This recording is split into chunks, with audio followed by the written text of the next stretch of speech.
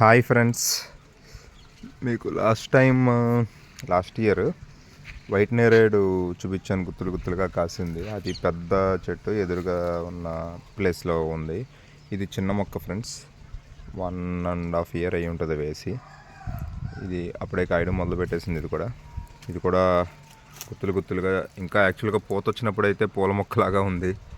But అన్నీ నిలబడవు కదండి. But అన్నీ ఇప్పుడు కూడా చాలా బాగుంది. యాక్చువల్గా అన్నీ కాసేసాయి. ఈ లింక్ కూడా స్టార్ట్ అయిపోయింది. ఇదిగోండి ఫ్రెండ్స్, అంత పూర్తిగా వైట్ అయిన తర్వాత ఇలా కొంచెం పింకిష్ హ్యూ వచ్చిన తర్వాత బాగా తయారవుతున్నాయి.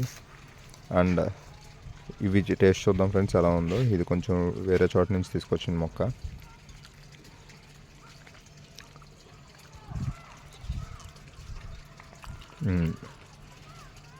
చాలా బాగుంది ఫ్రెండ్స్. ఇది కూడా ఆ వగరు లేదు అసలు.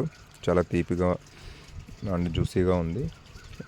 వైట్ నేరేడుకి మన పెద్ద నేరేడుకి డిఫరెన్స్ ఏంటంటే ఇందులో కొంచెం పల్పు తక్కువ ఉంటుంది, బట్ టేస్ట్ దానికంటే స్వీట్ ఎక్కువ ఉంటుంది.